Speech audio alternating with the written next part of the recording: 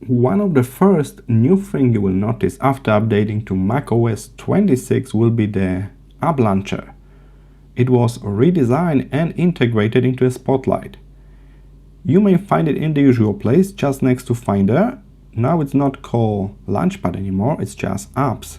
And the icon is a bit different. If you click on that, you may notice it's not in the full screen like before. We got floating window we can drag around. We can see all of the apps here.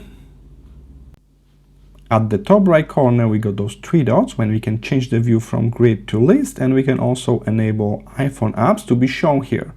So then when you click on that app, it will link to your iPhone and display this app straight on your laptop screen. So that's great. Design is a bit different, but we can scale it a bit down. We can make this window a bit longer by pulling here at the bottom. In addition, you may notice that it's look a bit like Spotlight, right? And that's exactly what happens. So if you head to Spotlight instead of the apps, you get this default view, but there's also a little app icon. If you click on that, you will see the very same app launcher. So now the app launcher is integrated into your Spotlight. We can type the name of the app or search from the list here. And in addition, if you link your iPhone to your computer, you can enable those apps and they'll be visible here as well for you.